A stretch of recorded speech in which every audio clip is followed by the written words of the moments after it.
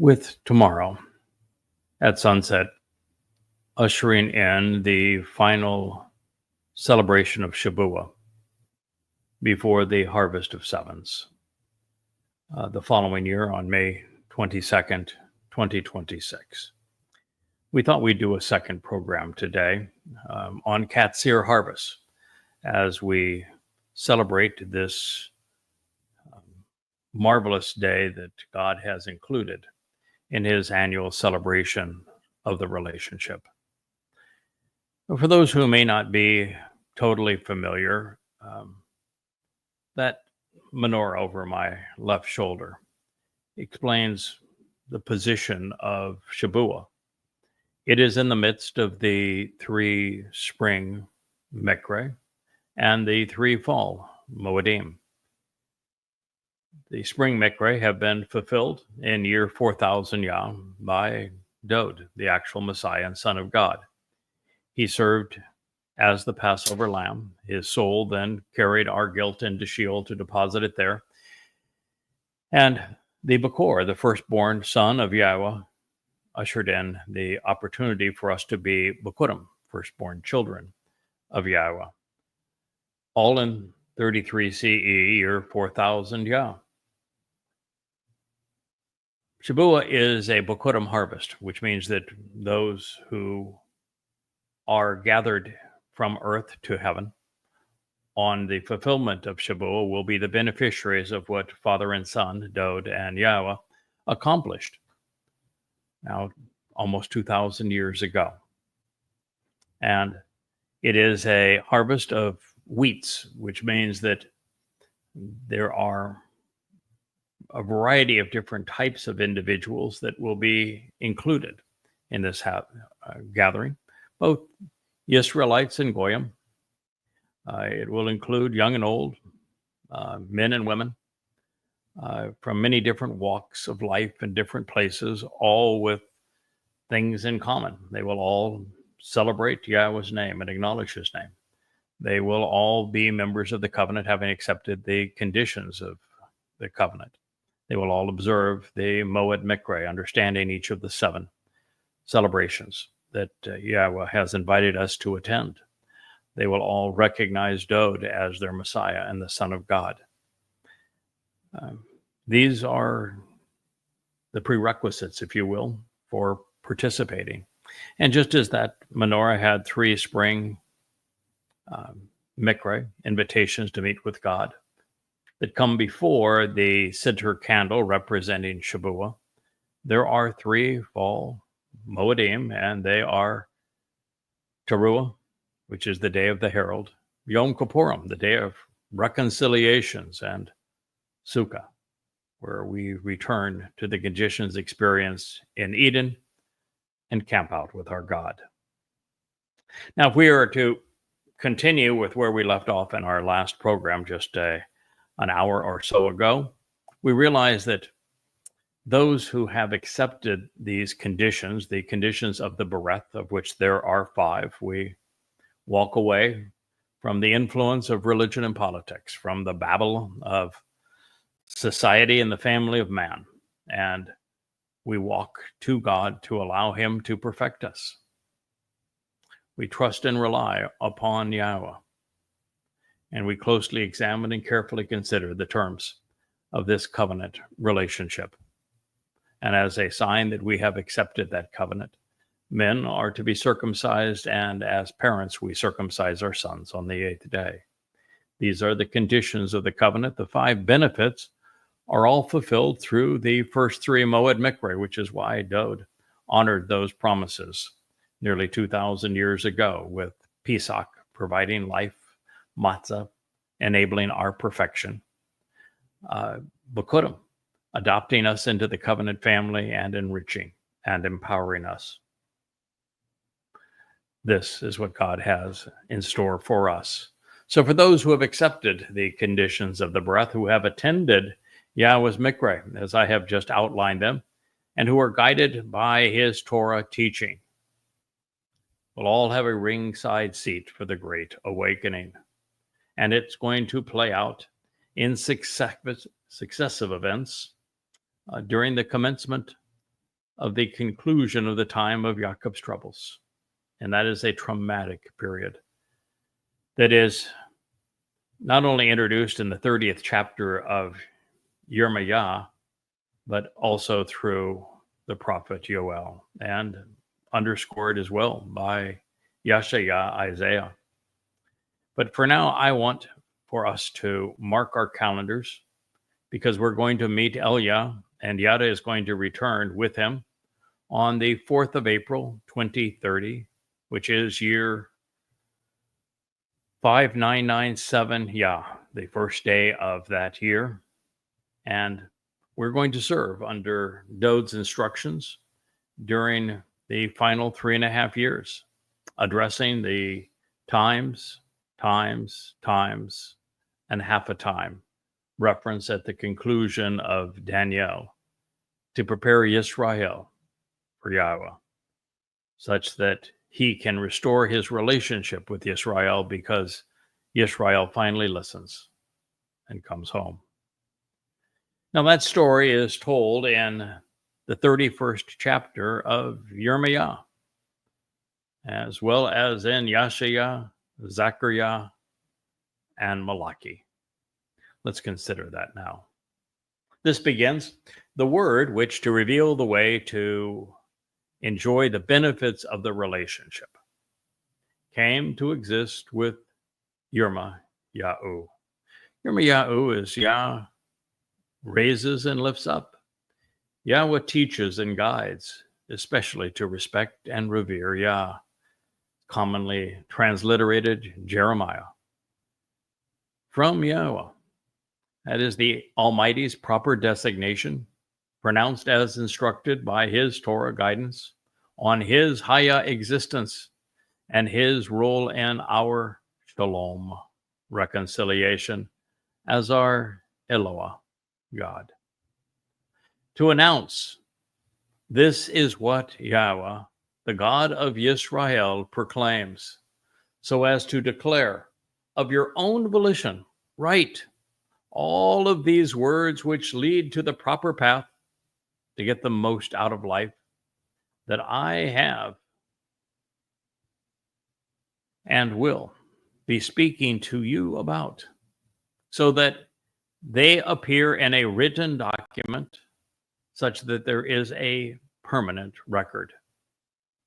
Because indeed, behold, a time is coming, prophetically reveals Yahweh, when I will return and I will restore the property and possessions taken during the oppression of my people, Yisrael, individuals who engage and endure with God and with Yahudah, the beloved of Yah, declares Yahweh. And then I will return and I will bring them back to the land that for the benefit of the relationship I gave to their fathers, and they will receive it as their inheritance. These are the words which to reveal the way Yahweh spoke concerning Yisrael and to Yahudah. This is what Yahweh conveyed as we heard the sounds of concern over the terrorists and terrorism, when there were no prospects of reconciliation or peace. This is Jeremiah.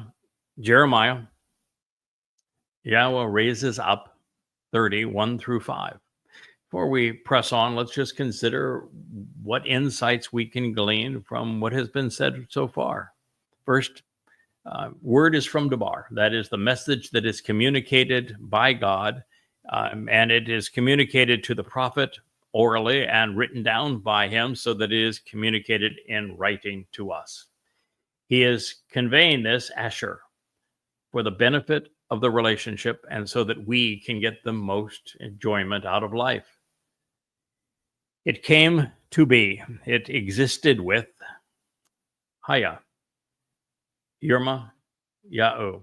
So many of Yahweh's prophets share Yahweh's name in theirs. Yirmiyah is a great example, as was Yeshaya, as is Zechariah. It's important for us to recognize that their names were pronounceable. And so, therefore, so is Yahowah's, which comprised their name. This is from Yahuwah, and it is to announce that Yahuwah, there's God's name again. So, to write God's name out of his testimony, as the rabbis have done, as the Christians have done, as the Muslims have done. Well, you can't really say the Muslims have written Yahweh out of his testimony, because the Quran is really a botched job of plagiarism, where they took Talmud stories from the rabbis and wrote Allah into the script from the Talmud stories that had been read to them. But the Christian New Testament does a really bad job of plagiarizing the prophets, always taking the statement out of context, always misconstruing it, always misstating it, and deriving the opposite intent from it. But in Judaism, there really is no excuse. They just simply wrote Yahweh's name out of his testimony and wrote Yahweh out of their lives. Nevertheless, this is what Yahweh, the God of Israel. Israel can mean one of two things. It's either those who have struggled against God, or those who engage and endure with God. It is based on Yish, an individual, Sarah, who is the mother of the covenant, and El, God.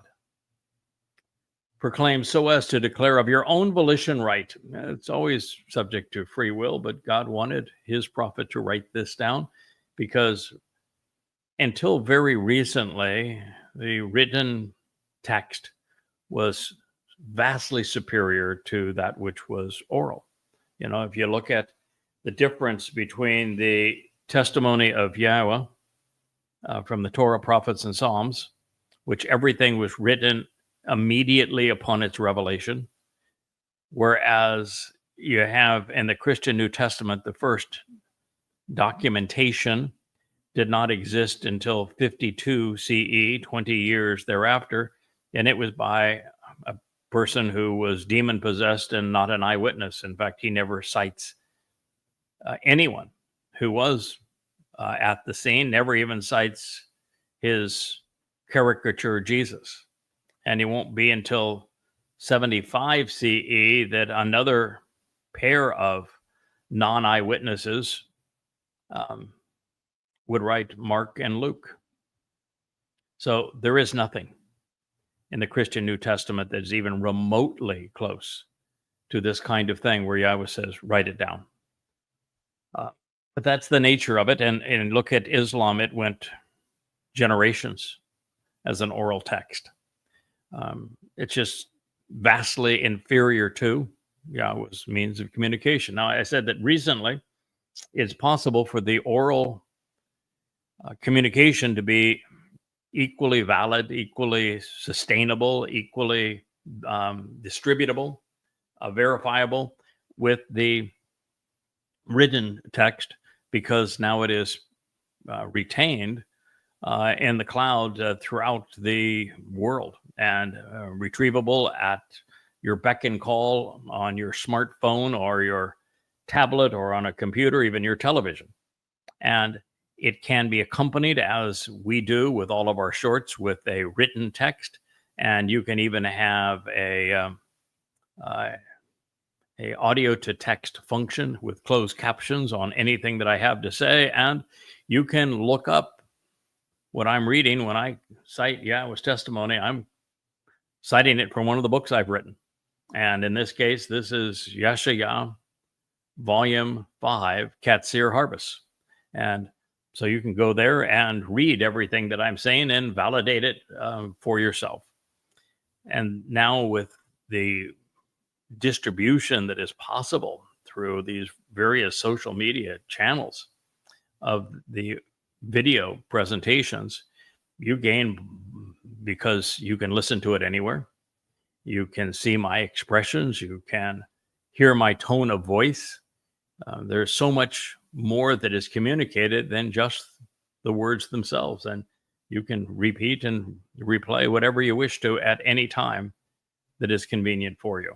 But until very recently, the spoken word had very little value apart from those who were in the immediate audience. And even for them, they had no record of it. And the moment it was said, most of it went one through it in one ear and out the other. So he, asked Yirmiah to write all these words down. And it was for Asher because they lead to the proper path to get the most out of life. And that this was what Yahweh, Debar El Ata, he would be speaking to you, Yisrael, and Yahudem about. And Yahweh wanted a permanent record to be documented. And that is essential for prophecy, because for prophecy to be proven, there must be a extant written record that precedes the event that was forecast by a considerable number of years. And with all of Yahweh's prophets, we have that, particularly because of the Dead Sea Scrolls, where we have verification that this was written and even copied centuries before the events that they foretold play out in our time. And it is prophecy that proves that Yahweh exists as a being unconstrained by time, and that he is able to convey our future and our past, not only proving his existence, but validating the fact that he inspired this text and that we can trust it. Okay, because indeed, behold, a time is coming. So this is about a future occasion. It's not about the time that the prophet was speaking, which was prior to the Babylonian conquest of Yehudah and the hauling away of the Jews into Babylonian captivity. This was about a future time when God was going to return and restore the property and possessions taken during the oppression of my people. That began to occur in 1948, when the state of Israel was reestablished after it had been attacked and all but destroyed, even renamed by the vicious Emperor Hadrian. But it was not all of Israel, still isn't. Wasn't all of even Jerusalem, still isn't. And Israel had to fight wars to retain it, which is not Yahweh giving it back. 1948, 1967, 1973. And they're still fighting wars to retain it, and are about ready to open up the heart of Israel and give it to the Muslims that wish to kill them as part of the two-state dissolution. So what we're talking about here is when Yahweh actually gives Israel back after so many people have tried to take their lives and their property from them. You'll also notice that it is a time of oppression, and the oppressors to Israel after Imperial Rome was the Roman Catholic Church, and then the Muslims, and then the Ottoman Muslims, and then you go to the viciousness, really, of the Holy Roman Empire and the viciousness of the Third Reich, and now back to Muslims and Marxists again, all of which have oppressed God's people. Christianity being the worst for the longest period of time, only surpassed now by Islam. And you will also note that God's people aren't Christians. God's people not defined by a church. God's people not Gentiles. God's people, Yisrael and Yehudah. This is the end. There can be no truth to the Christian New Testament when it is based on the idea of stealing all of the promises that God made to Yisrael and Yehudah to give it to Gentiles and their church, when God announces that his people, even in the end, are Yisrael and Yehudah. That means that Paul and company lied. If you believe them, shame on you. You're a nincompoop. This is declares Yahweh, and then I will return. So Yahweh is saying that he's going to return. That means that Jesus is not returning. There is no second coming of Jesus if Yahweh is the one who is coming. And since there is no mention of Yahweh in the Christian New Testament, it wasn't inspired by Yahweh. So you can figure out what spirit did inspire the Christian New Testament, as well as the Quran, where you will also not find a Yahweh. But Yahweh says that he is returning, and he is returning his people, and he's bringing them back for the benefit of the relationship. And this is the land that he gave to their fathers. It belongs to Israelites and to Yehudim, and they're going to receive it as an inheritance. Returning to Debarim, the plural of Debar words, these are the words, Asher, which reveal the way. Guess what name comes up again? Boy, you have to be a really busy little bastard to erase Yahweh's name from his testimony as often as he used it in his testimony. So who are you going to trust? Yahweh, who constantly cites his own name in his own revelation about himself and his people, with his name actually emblazoned in the name of his people? Or are you going to trust the rabbis who erased it? Do you think the rabbis created the universe? Do you think the rabbis conceived life? Do you think the rabbis are the reason that we have these prophetic witnesses? You think the rabbis can save you? So when it comes to a wholesale disagreement between Yahweh and the rabbis, like his name, what chance is there that the rabbis are right? And since they're obviously wrong, why do you trust them? These are the words which, to reveal the way, Yahweh spoke concerning, there goes once again, three religions. Judaism, because they think everything is for them, as in the practitioners of Judaism. They don't even, in most cases, don't even identify with the state of Israel, as in the case of the Haredim. They won't fight to defend Israel. They're parasites of Israel. But it's concerning Israel, which means the Quran is false, which means that the Christian New Testament is false. And to Yahudah. Yahudah is a compound of Yahweh's name and Dod's name. It means Yahweh's beloved. This is what, there's that name again, Yahweh conveyed as we heard the sounds of concern over the terrorists and terrorism. That is what is happening in Israel now. It's happening around the world to Jews, and it's only going to get worse.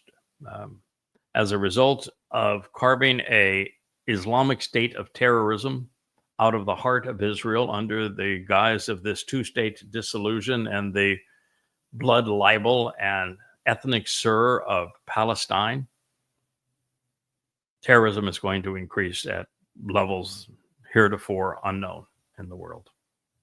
And so God's fully aware of what his people have endured and are going to endure over the time of Jacob's troubles.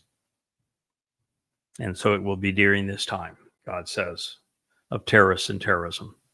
And finally, during this period of the time of Jacob's troubles, things are going to be so bad, there's going to be no prospects for reconciliation or peace. There really isn't now. When the leftists in Israel say, get the hostages back at any price, all they're doing is signing their own suicide note. When the Americans pretend that they're doing a service to Israel when they offer the return of hostages for concession from the devil, they are essentially killing Israel. There are no prospects for peace now because not one Israelite in a million is willing to hold Israel accountable, not Israel, Islam accountable for what happened on October 7th, what happened on 1948, 67, 73. They just don't have any clue Hamas, Hezbollah, the Muslim Brotherhood, Egypt, Syria, Jordan, Saudi Arabia, Qatar, are simply symptoms of the primary foe of God's people, Islam. Alas, assuredly at this time, it's going to be so different. There has never been anything similar to it. It is the time of Jacob's troubles. And yet from it, he, Jacob, representing Israel, will be liberated and saved. Yirmiyah 37. This is painful for me because it means that I don't do a very good job.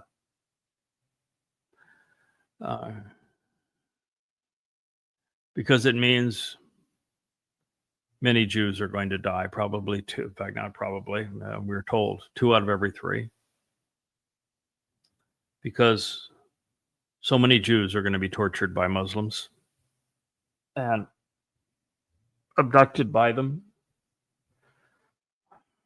terrorized by them, murdered by them, mutilated by them.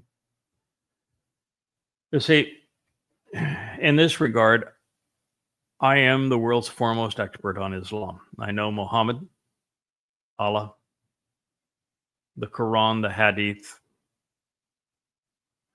the first Muslims, the formation of the Islamic religion better than anyone on earth. I know just how savage it is. I know how deadly it is, how deceitful, how damning, how demonic Islam is. I've written 5 volumes, 4,200 pages of documented evidence proving that Allah was modeled after Satan, that Muhammad was a sexual pervert and a ruthless, terrorizing mass murderer and thief, and that Islam is a death cult. I was the first to reorder the Quran chronologically and to set it into the context of Muhammad's life using the Hadith so that the Quran could be understood. And when you understand the Quran, it's like demonic vomit. It's the most deceitful, disgusting, immoral, anti-Semitic, deadly book ever written. It is literally infinitely worse than Mein Kampf. So I know the monster that's going to prey on God's people. And I know that it's going to be so much more savage than was 10/7, which was the single most savage act in the last 2,000 years.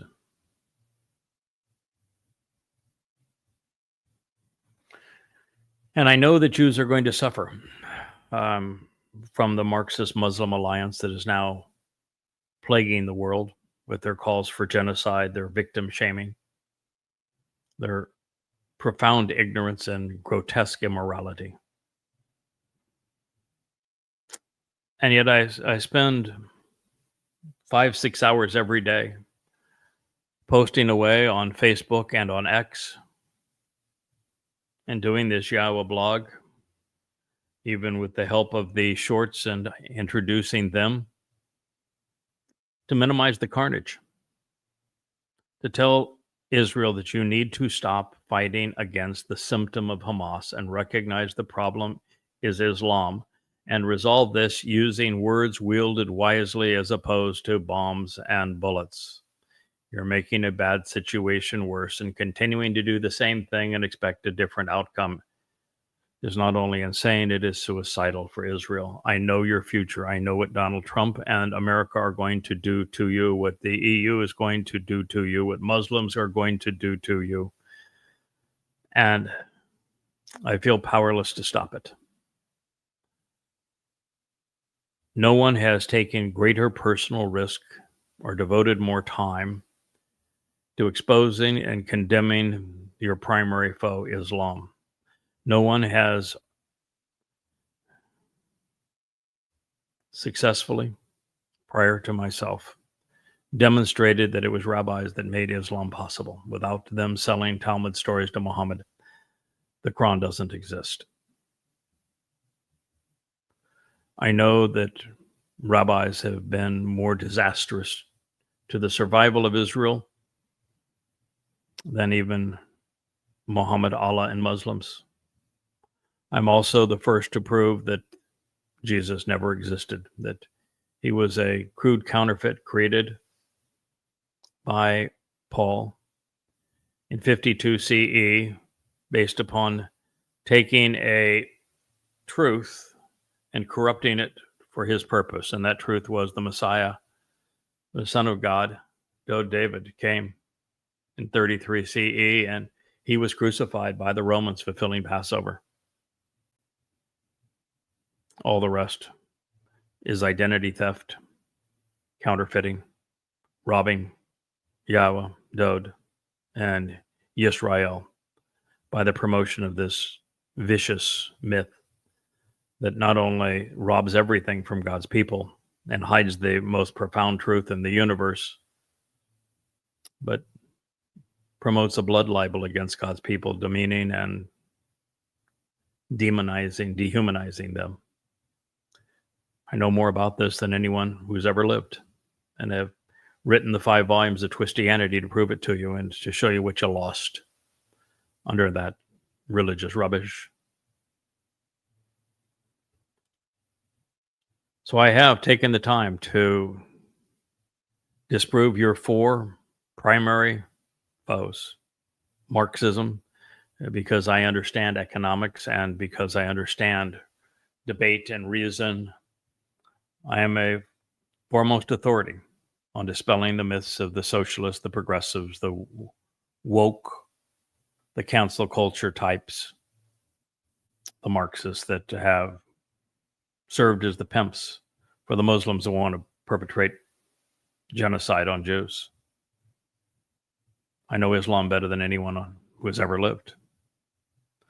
I know why Christians are so anti-Semitic and why Jews were persecuted for 1,800 years and why the Holocaust happened, because of my understanding of Christianity exceeds anyone.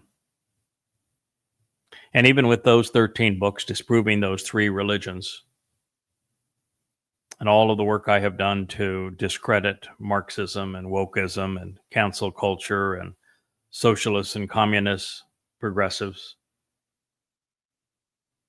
it's not enough to save Israel. Well, I will save the remnant of Israel by all of it, but I would hope for so much more.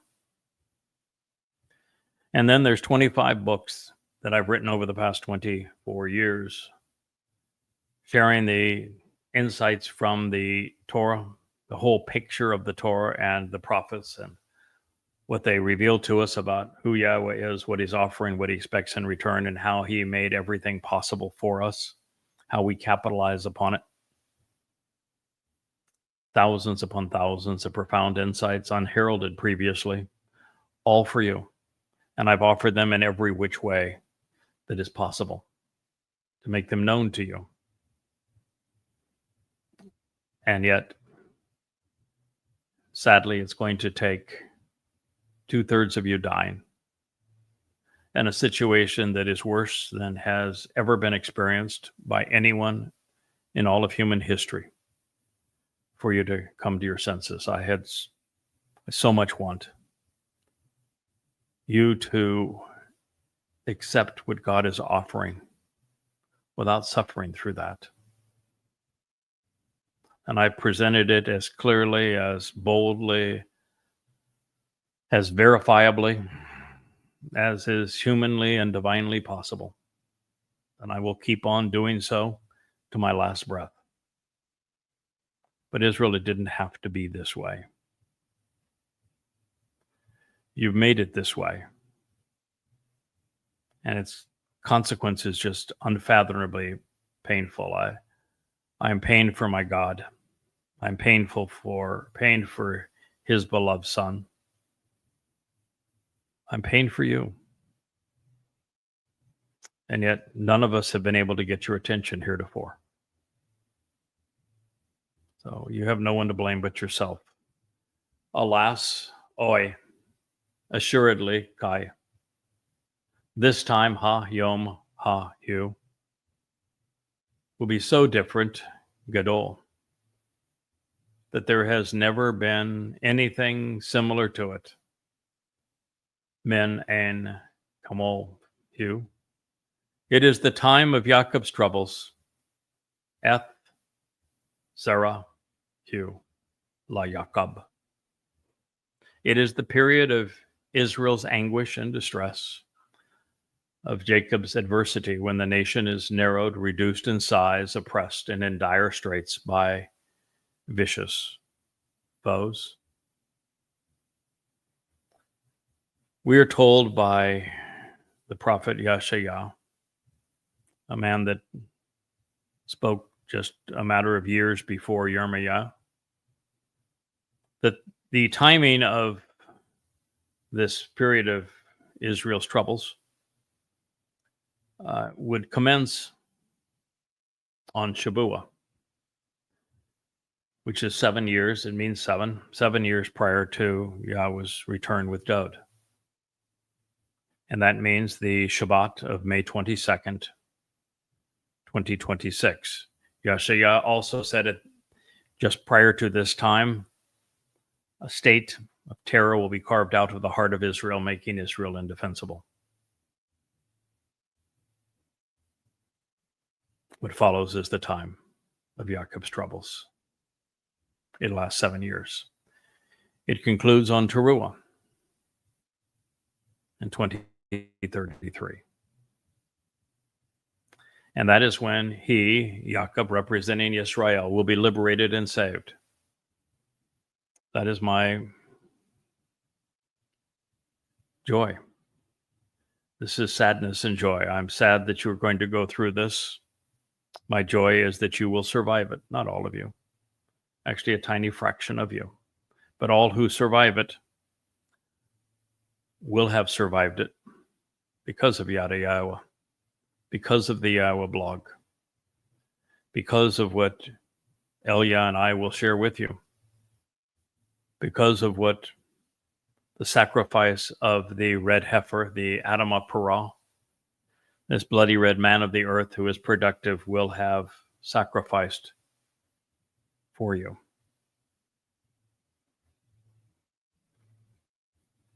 So alas, oi, assuredly this time will be so different that there has never been anything similar to it. It is the time of Jacob's troubles.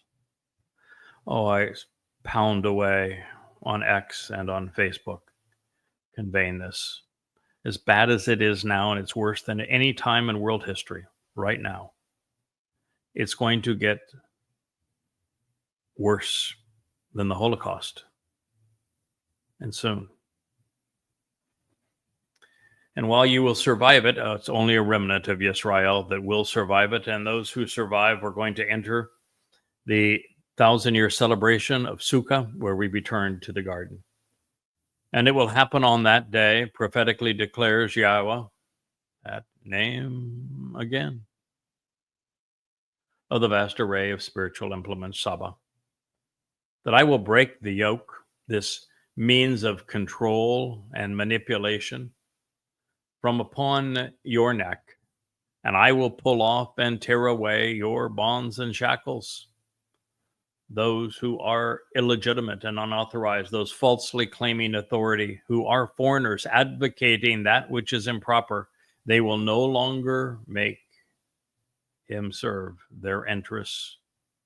Yirmiah 37 and 38. Yes, this day will occur because Yahweh has issued a prophecy pertaining to it. And Yahweh is really, really good at this prophecy stuff. Thousands of them, all of them fulfilled exactly as he foretold, as will be this one.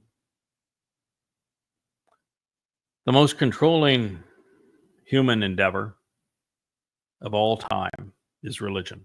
It comes in a variety of different flavors. It is on occasion, in fact, typically intermixed with, commingled with, institutionalized with politics, such that you have cleric and king, such that you have this integration of religion and politics and have ultimate control over the people. And for most of human history, dissent, rebellion was met with intense terror, torture of the individual who dared say, no, what you're doing is incorrect, inappropriate, and immoral. In fact, in an Islamic country, if you were to criticize the immorality of that death cult, you would be immediately put to death and tortured in the process. In Marxist Europe today, you stand up and tell the truth, you are immediately incarcerated, and there are very long prison terms. We'll soon have that in America. That is where the world is going. And so to break the yoke, the means of control and manipulation, Yahowah has to oppose and rid the world of religion and then of politics. These are things that Yahowah detests. There's nothing God hates more than religion, goddamn religion. And second on it would be politics.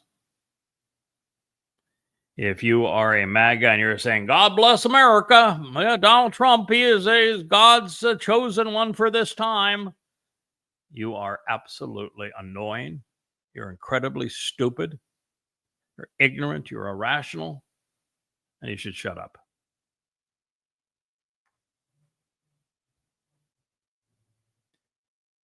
The fact is, God hates religion. He hates politics. I can tell you for certain, because I've read Yeshaya 17 and 18, he despises Donald Trump.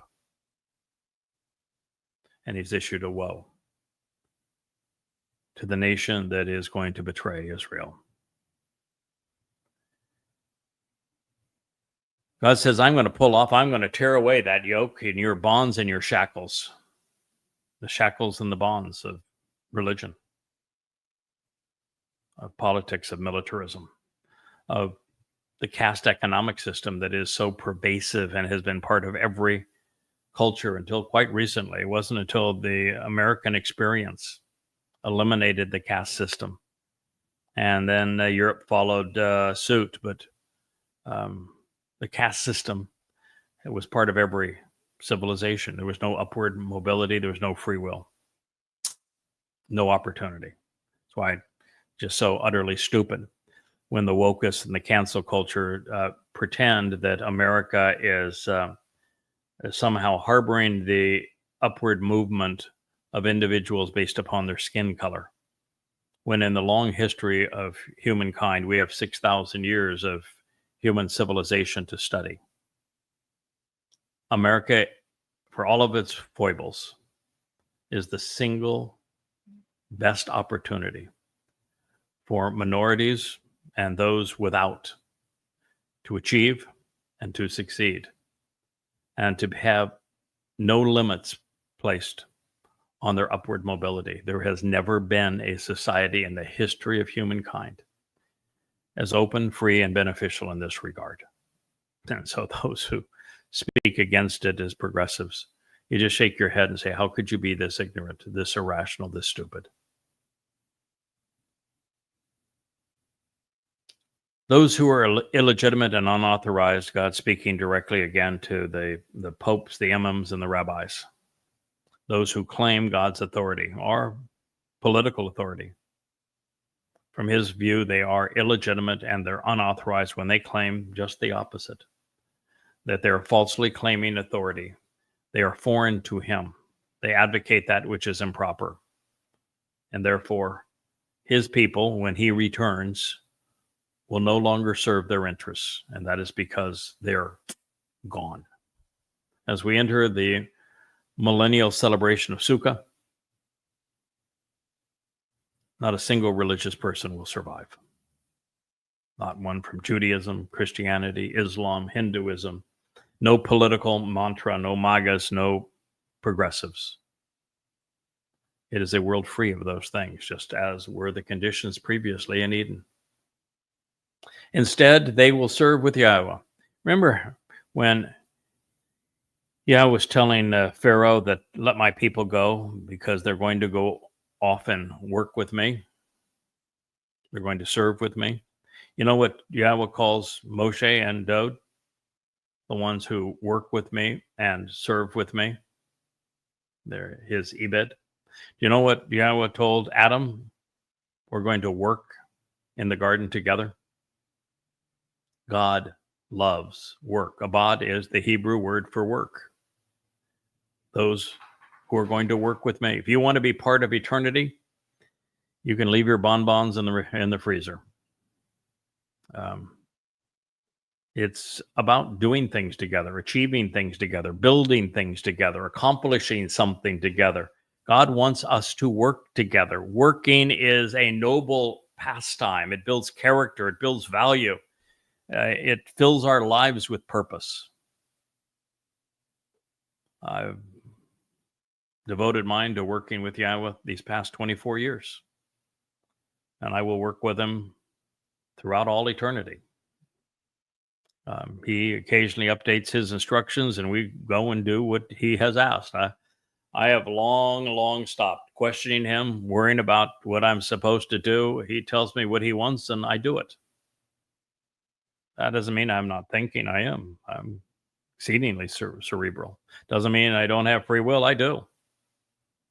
I just choose to do what he wants done. And it works out really well. Instead, they will serve with and work with Yahweh, their God.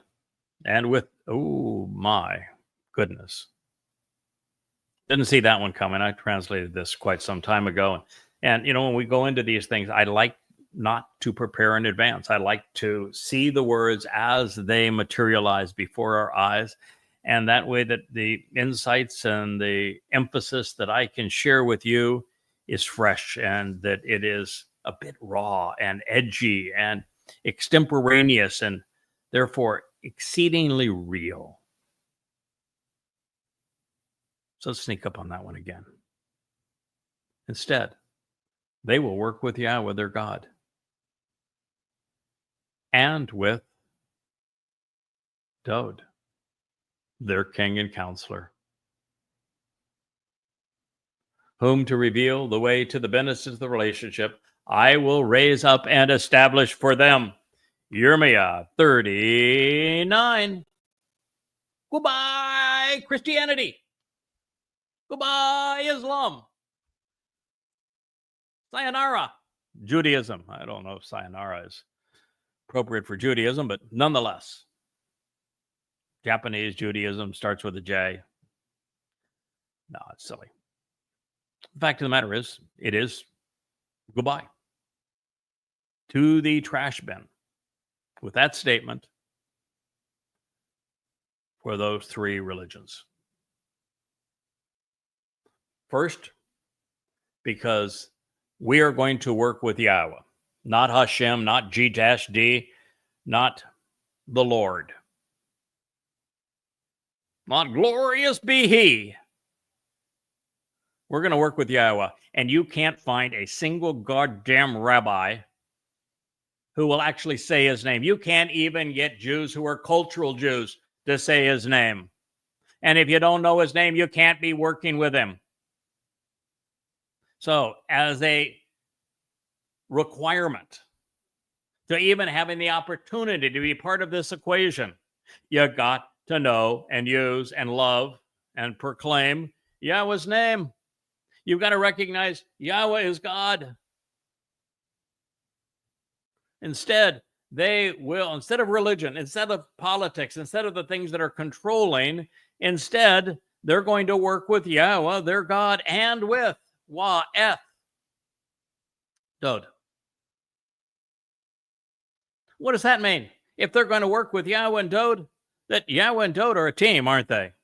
That Yahweh and Dod work together, don't they? That Yahweh is bringing Dod back, isn't he? And that means there is no unnamed Messiah that is going to be in the future. There's no multiple Messiahs in the future. That means there's no Jesus and the second coming. It means that Jesus was not the Christ. It means that Jesus is not the returning king. It says that Dod is their king. Dod is king forevermore. Yahweh is bringing Dod back, and it's not the second time, it's the third time. The third.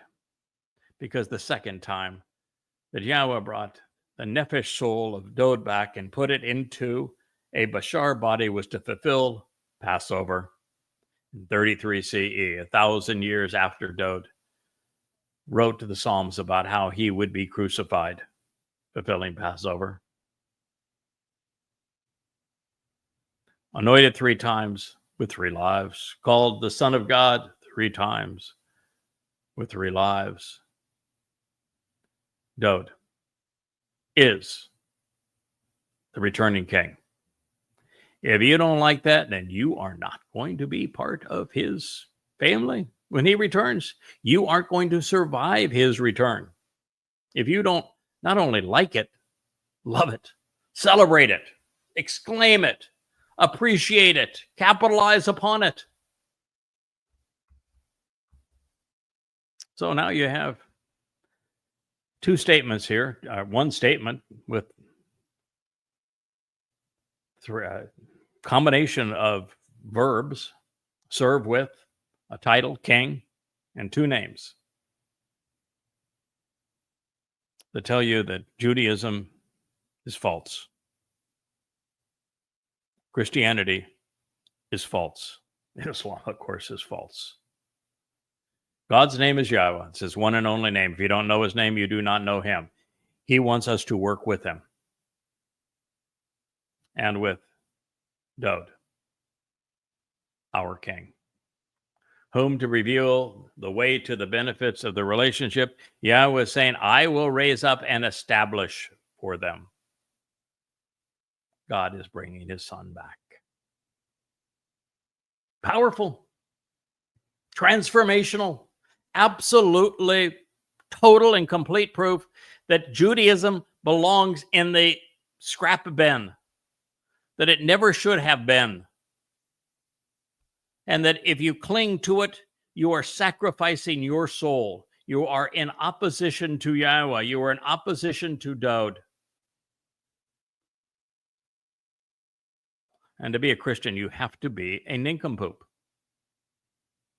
To think that God says, I'm coming back with Dod, he's the king, and that somehow it was appropriate for Peter, Paul, Mark, and Luke to rob Dod of his identity and slap it on a imaginary Jesus, call him the Christ, and claim that he's the one that's coming back, when God says exactly the opposite, and you actually claim that these prophets spoke for your God, and yet God is just absolutely destroying the credibility of your religion.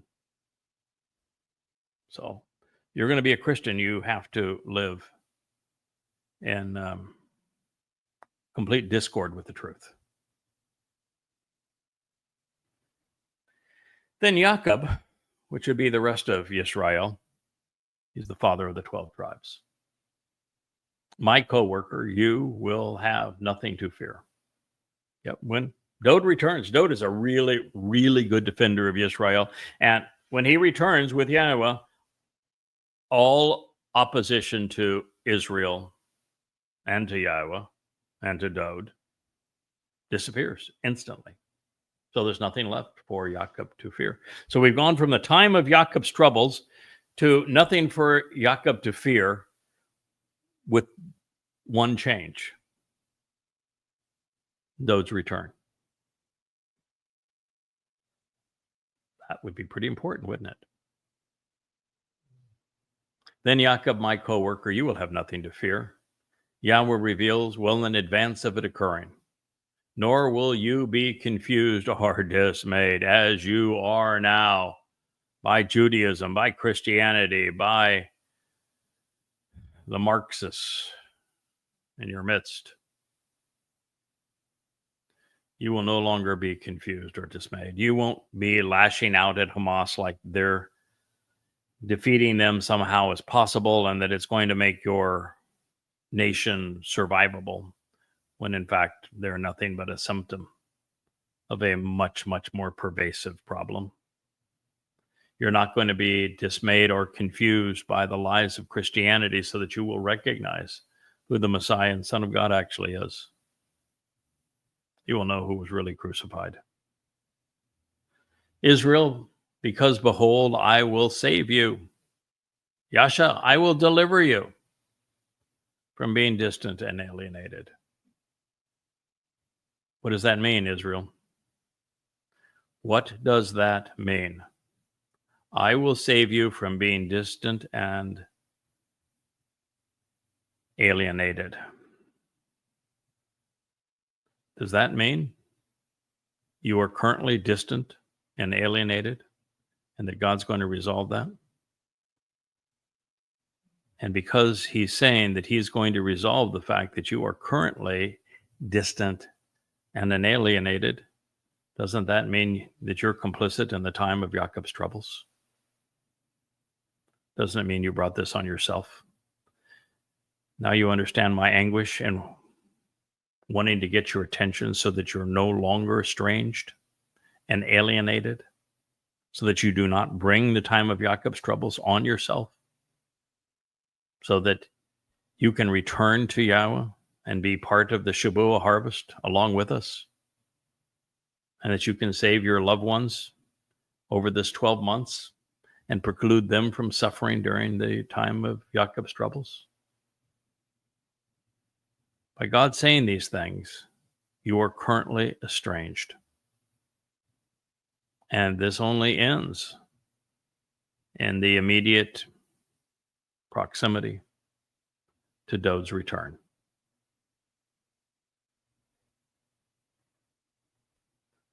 Along with your offspring from the realm of their exile and captivity.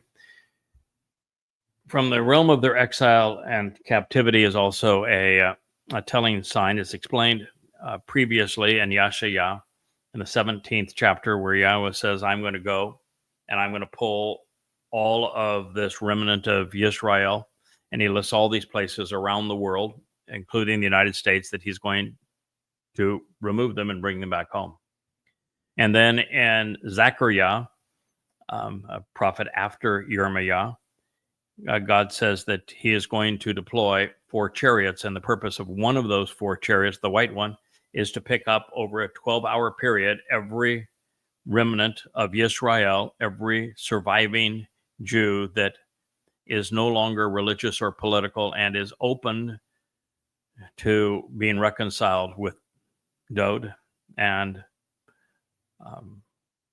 accepting of Yahweh's name, and bring them all to Israel, at which time the red heifer will be sacrificed on their behalf. That's what's going to happen. It's wonderful, isn't it? But think of all you have to go through between now and then to get there.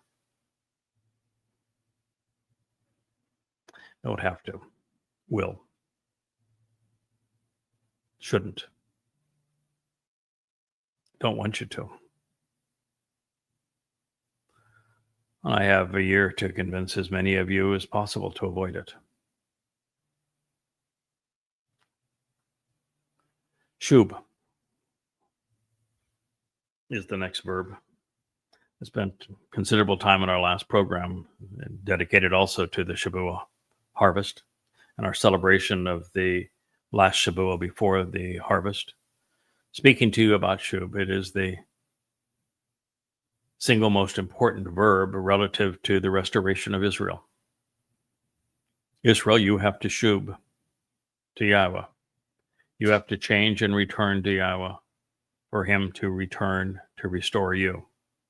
It is literally Shub for Shub, or no Shub for you.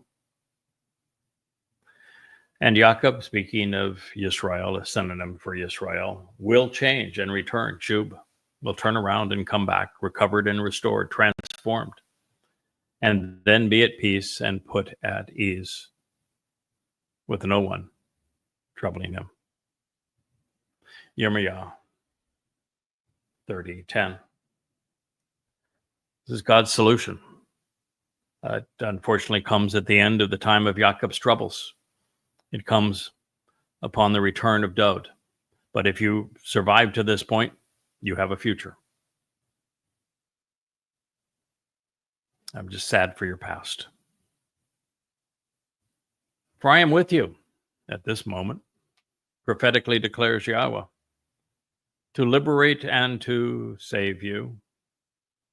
Indeed, I will engage an act to bring an end to all of the foreign nations and institutions. Bakol Hagoyam, all of the countries, entities, and each of the foreign peoples of conflicting cultures who are brought together by religion or politics, among whom I have scattered and dispersed you by name and reputation, and you will be the exception, because I will not act in such a way to cause you to fail or perish. Indeed, I will provide instructions for you in the way to exercise good judgment regarding the means to resolve disputes, laha misvat, on how to be judgmental, on how to be discerning and discriminating, such that you are found innocent and are not punished. And I will not banish you or leave you destitute. Yirmiah 30:11. Yahweh walked away from Israel during the Exodus. You told him to go away and shut up. And you became so belligerent that God said, no problem with that. I agree. You guys are no fun to be around anyway. So I'm out of here. And then through the prophet Hosea, as I shared in the last program, Yahweh said, I'm divorcing you. But God is going to come back, and it's all based on shub. You shub, he shubs. And so if you want to see Yahweh's return, if you want to benefit from Yahweh's return, if you want to enjoy Yahweh's presence in your life, if you want to enter Shamaim and live forever with your king, Dowd, quite frankly, what you need to do is to shub. So it says that Jacob will change and return. And as a result, he will finally be at peace and at ease with no one troubling him. We're entering the millennial celebration of Sukkah, which is a return to the conditions that existed in Eden. No religion to control, no politics to pester, no militants to kill. Peace, no troubles. For I am with you. At that time, Yahweh is going to return. Shub for shub. You shub, he shubs. He's telling you a remnant of you are going to shub. You're going to change. You're going to return. Yahweh is going to restore you. He's going to liberate and save you. He is with you because, well, even though you were the chosen people, even though you didn't choose God in return, even though he left you because you were miserable to be around, he did not replace you. And finally, you're going to replace all of the religion and false politics and false gods and false teaching and false rabbis and politicians in your life. And you're going to return to Yahweh. And he's going to return to you. And he's going to liberate and save you. La Yasha Ata, providing freedom, salvation, deliverance, and prosperity. Yahweh will engage and act all of that 3.5 year period upon Yada's and Eliah's return to the Temple Mount and to Jerusalem is going to be a time where the supernatural is going to be natural. God is going to do many things, including lifting up a scrolling banner that is these programs and the books that you see written behind me. But even before that, 24 years ago now, Yahweh engaged and chose his choder, his Nachri, his sons Bashar, Harold, imbued him with his spirit to speak to you, to learn the truth, and then to share it with you. And this is the way that Yahweh has engaged and acted. And there will be nothing that he's ever done that will be as demonstrable as what he's going to accomplish on Towrah with the sacrifice of the red heifer. If you want to know a little bit of what that's like, read Numbers 19, read the beneficiary presentation in Numbers 5, and then read the story of Eliah and his battle against the religious and political in Israel, which would have occurred 40 Yobel, which is 2,000 years, 888 more years back in time. And you'll know exactly what's going to happen in the future. Indeed, I will engage and act and bring an end to all foreign nations and institutions. There will be no Goyim nations. There will be some Goyim left, but no countries, no religious institutions, no Roman Catholicism, no Islam, no United States of America, no Russia, no China. There'll be some Chinese, be a few Americans. Population of the world at this time is mostly going to be Yehud, but there will be a number of Goyim who move into the millennial celebration of Sukkah as workers, to work being a noble thing, but having the opportunity to participate and contribute. And serve the Israelites as they are returned to the land and with all of their possessions. And of course, there will be those that were harvested during Shabat and Towrah, although many of them now will be out exploring the universe and having a grand old time in dimensions beyond the 3 that we are experiencing here on Earth into the 4th, 5th, 6th, and 7th dimension. Among whom I have scattered and dispersed you by name and reputation. If you were a Yehud, it is by name. If you are Yisrael, it is by reputation. Scattered and dispersed means that you were hauled away from Israel for bad behavior.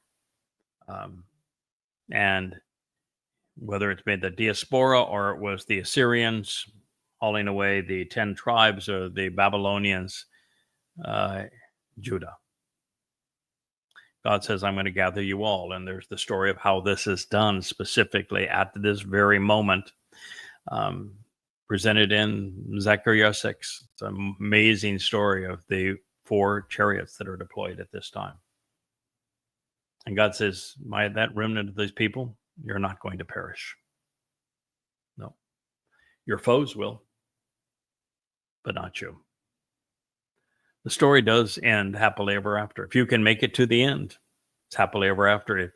If you join us on the Shabuah harvest, it's happier before the end, and still absolutely forever. Instead, I will provide instructions for you. You'll find those instructions provided in these books behind me. Yahweh refers to them as the Nesh, the sign that we have collaborated on and we have written on your behalf. And now he has asked that I provide the instructions for you by the Yahweh blog, which we are doing as well. There are very serious and important instructions from God.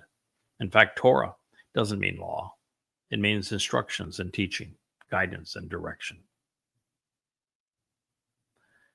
And he's going to provide these instructions in the way to exercise good judgment regarding the means to resolve disputes. Laha Mishpat.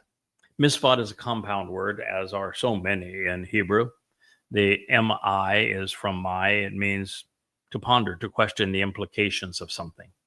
And Shaphat is to exercise good judgment, to make sound, rational decisions, to resolve disputes. It's a powerful term.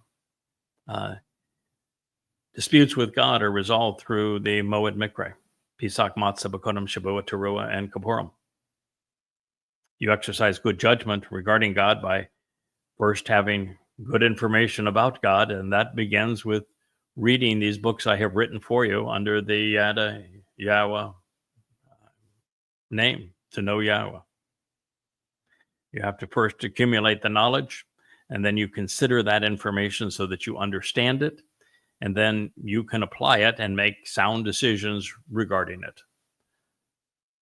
That's what God has provided through all of these books. That has been the purpose of my life. And such that you are found innocent and not punished. And that is really profound.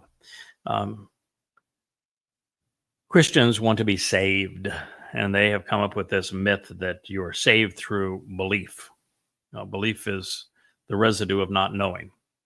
So it's the most inane thing in the world to say would cause salvation, because faith is, again, fills the gap when you don't know.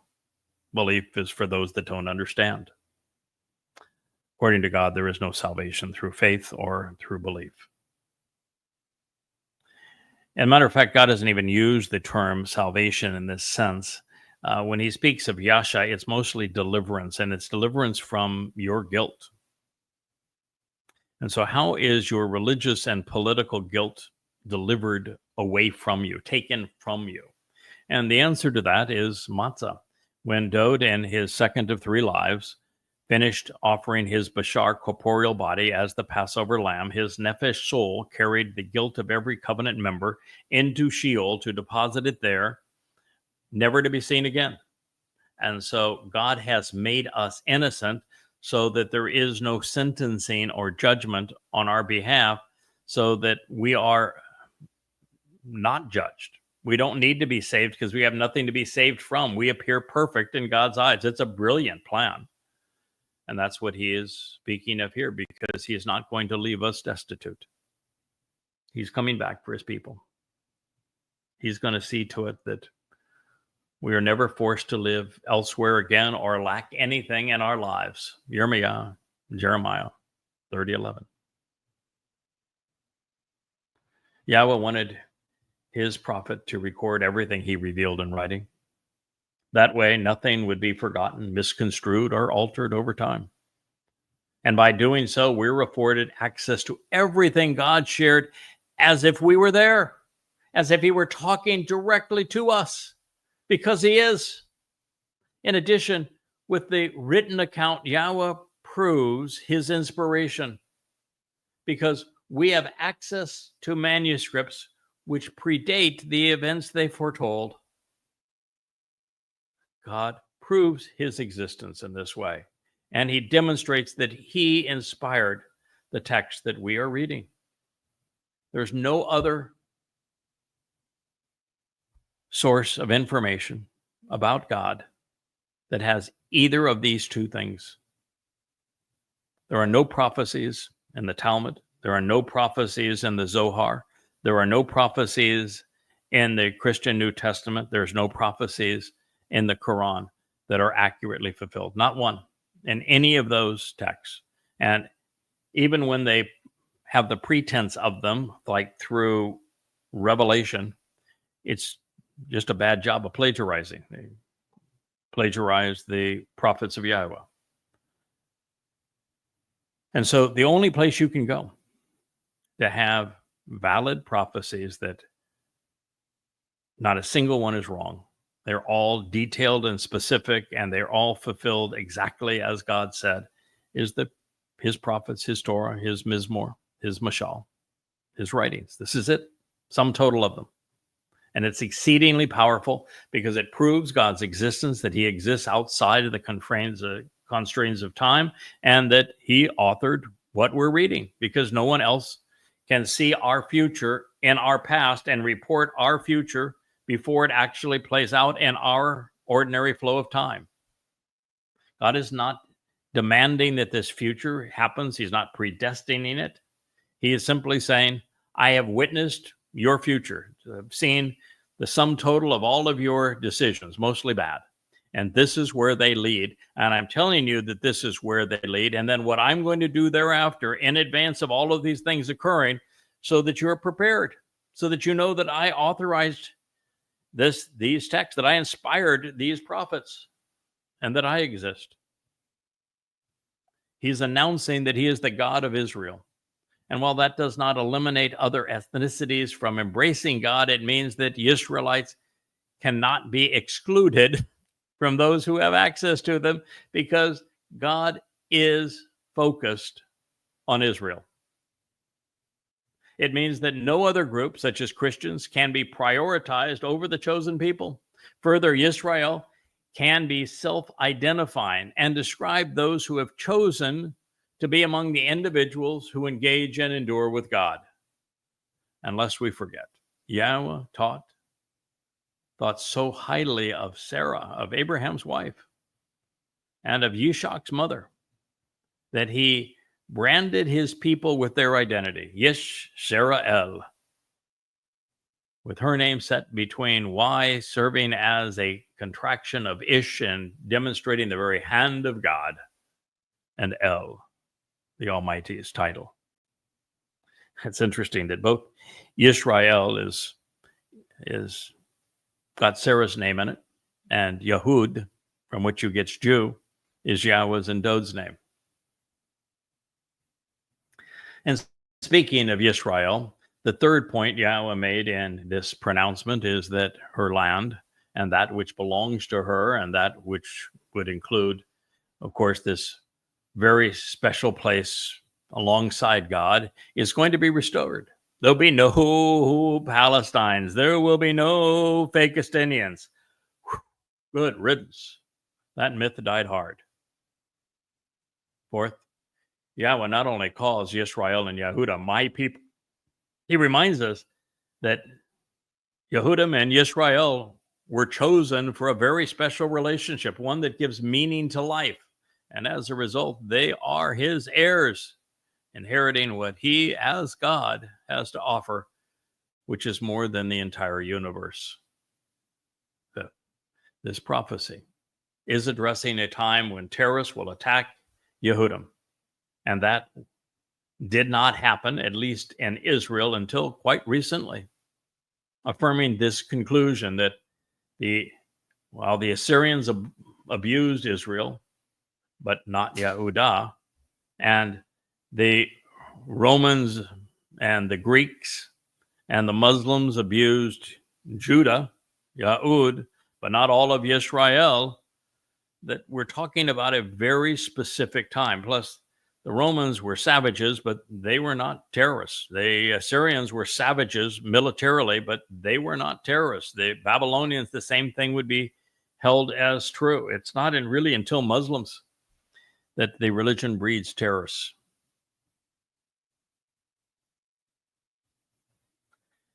The armies of the Greeks and the Romans legions took their orders from ruthless despots, but their soldiers were highly disciplined fighters. It would not be until Islam was conceived that terror would become the pervasive signature tactic of Israel's most savage foe. And therefore, God is addressing what is occurring today and will transpire tomorrow when there are no prospects of peace.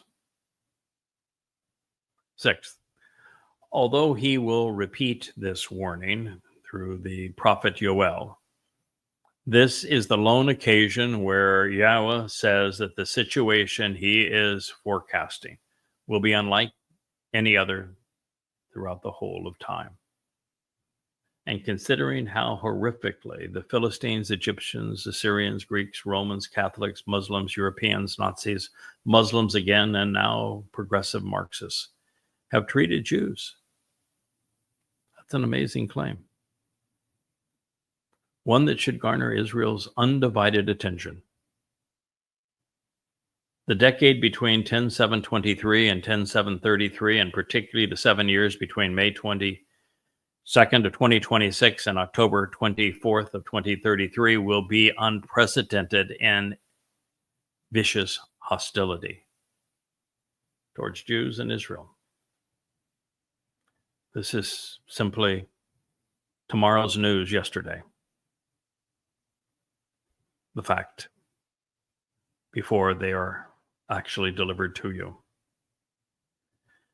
And yet, seventh, in contrast to this dire forecast, there is the promise of a brilliant future. Yahweh will liberate his family even more convincingly and permanently than he did 3,500 years ago from Mitzrayim, the crucibles of religious and political oppression, because then he got you out and then let you go. This time, this exodus, this Yatsa from Babel, the confounding corruption caused by commingling religion and politics, he ain't going to let you go. He's going to keep you for himself forevermore. The freedom of God's people is imminent. It is against this backdrop that the Shabuah and Teruah harvests and the Kippurim homecoming are all manifest. As was the case previously, Yahweh correctly sees his people being shackled and controlled by the debilitating human contrivances of religion and politics, militants and militaries, as well as anti-Semitic conspiracies. But these bonds, they're going to be broken. And with the manipulators pulled away, their illegitimate claims against Israel and Jews will be forever extinguished, broken, shattered. So ninth, those who have chosen to participate in the covenant will be put to work serving with Yahweh and his son Dod. As it was in Eden, it will be on earth, in the company of our God, while led by our shepherd. Work according to God has value. It builds character. It enriches our lives and those of others. Yahweh finds it beneficial, and he wants us to enjoy engaging with him. It's why he calls Dod and Moshe and even myself his Ebed, his co-workers. We improve our lives and the overall experience through Abad, engaging, working. Now, 10th, there is but one name other than Yahweh's which matters. Dod. Dod is the chosen one. He is the anointed Messiah, our King, God's Son, in addition to having served as the Zeroah, the sacrificial lamb, making him our kinsman redeemer. He is returning, and his Father wants us to know and appreciate what he has accomplished. But more than this, Dod is the exemplar of Yisrael and the Bereth as well. And all that he represents will be manifest upon his arrival. And this being so, there is no room for a Mr. Christ, not in God's past or future plans. Myth.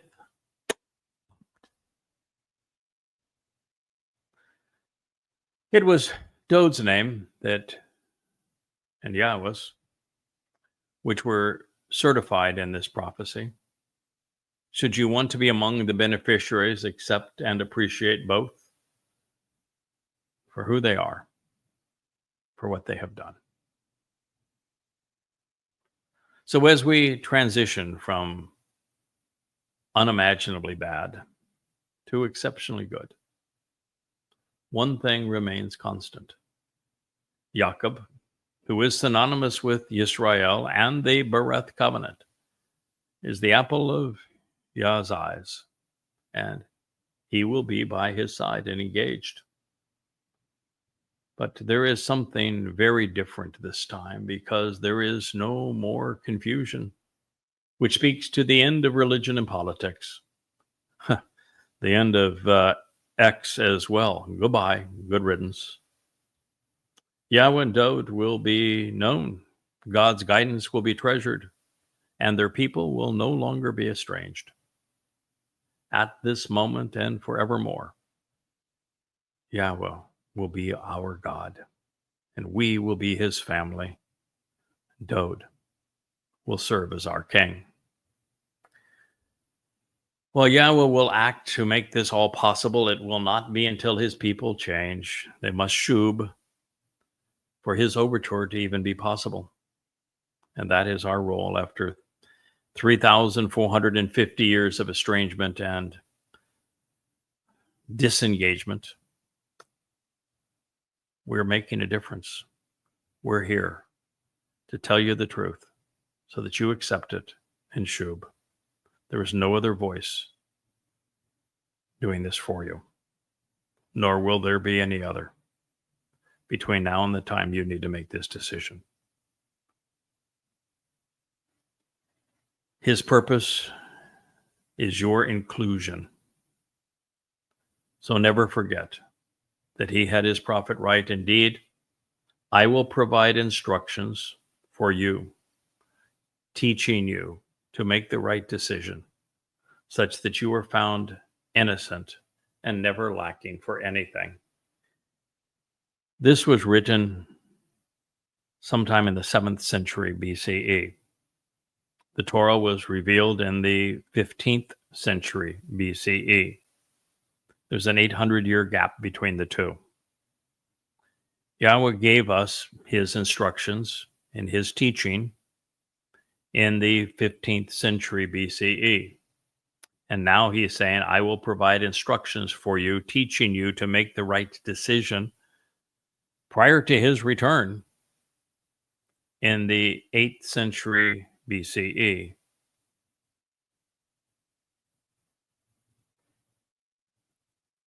You're listening to them. If you go to YADAYah.com, you will read them. There's no other example that exists like this.